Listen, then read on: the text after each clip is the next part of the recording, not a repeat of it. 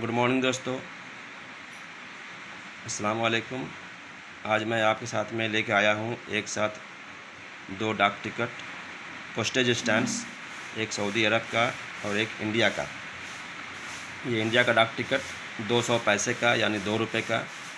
ये बाबा राघव दास के नाम पर उनके याद में टिकट इशू हुआ था 1998 में।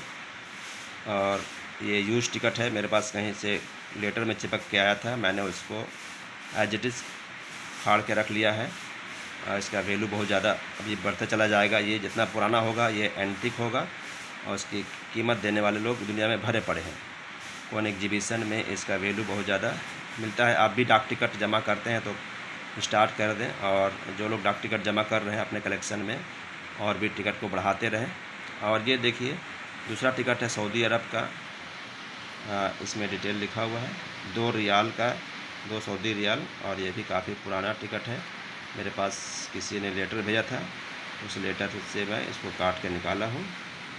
थोड़ा डिटेल के लिए थोड़ा सा और इसको जूम करते हैं। यहाँ पर नीचे में कुछ अरबी में सब लिखा हुआ है टिकट के बारे में। तो और जानकारी के लिए मैं हमेशा वीडियो बनाता रहता हूँ। मेरे चैनल में ढेर सारे वीडियो हैं, आप उसको देखें, विज़िट करें और इस चैनल को सब्सक्राइब कर लें ताकि हर नया वीडियो आपको सबसे पहले मिले। Thanks for watching this video. Bye bye.